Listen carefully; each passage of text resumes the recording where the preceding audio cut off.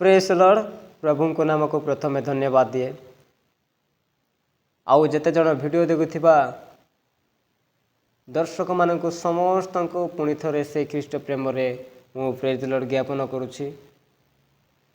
मोर प्रिय माने आसंतु आज आमे गोटे विषय को जानिबा। आउ आपण माने जानि छंती आउ न जानि थिले मध्य आमे शिखिबा पई से निहाती आम मानकर आवश्यक।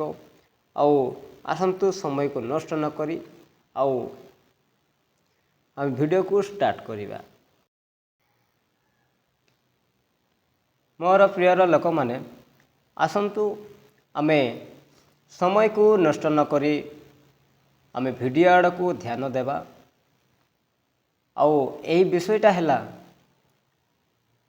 पुरातन नियम रे बाइबल अनुसार किए केते वर्ष बंची थिले। 21 जनकर नाम मु प्रकाश करिया पे मु चाहू अछि।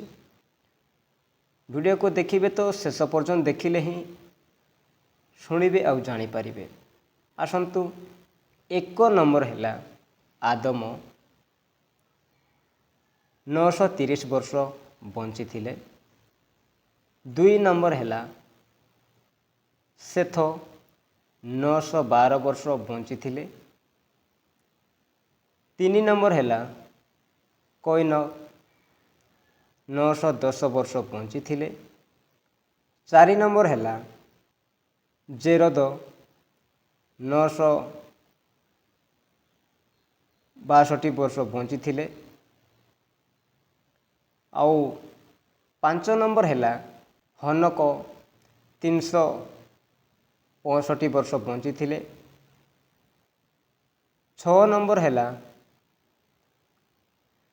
मतीसेलम 969 वर्ष बंची थिले।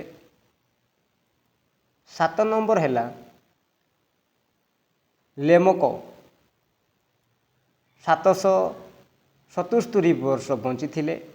8 नंबर हैला नोह 950 वर्ष बंची थिले। 9 नंबर हैला सारा 127 वर्ष बंची थिले। 10 नंबर हैला अब्राहम 175 वर्ष बंची थिले। 12 नंबर हैला इसहाक 180 वर्ष बंची थिले। 13 नंबर हैला जाकुब 147 वर्ष बंची थिले। 14 नंबर हैला जोसेफ 110 वर्ष बंची थिले। 15 नंबर हैला मूसा 120 वर्ष बंची थिले। 16 नंबर हैला जोशुआ 110 वर्ष बंची थिले।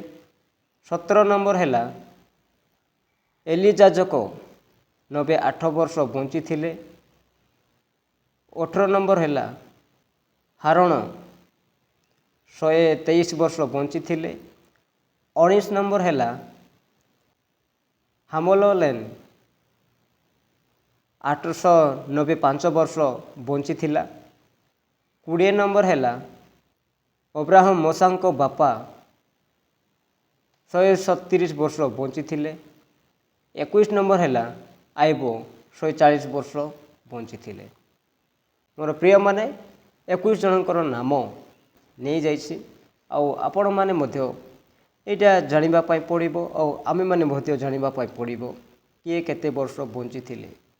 मोर प्रिय माने प्रभुंकर भयकारी लोक प्रभुंकर केते शक्तिशाली केते आश्चर्य कर्मकारी माने भावुबाणी माने अनेक लोक केते केते वर्ष बंचुछंती। किंतु मोर प्रिय माने आमर जगतर अनुसार आमे बाइबल अनुसार एबे जो नूतन नियम रे कोन को जाइछि आम मानकर जीवन केते वर्ष बंचु 70 की 80।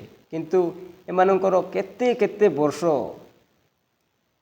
बंची थिले काहेकि प्रभुंकर अनुग्रह प्रभुंकर भयकारी माने से माने सेति पई एते वर्ष बंची थिले। मोर प्रिय माने आपण माने सुनि छंती आ जानि छंती।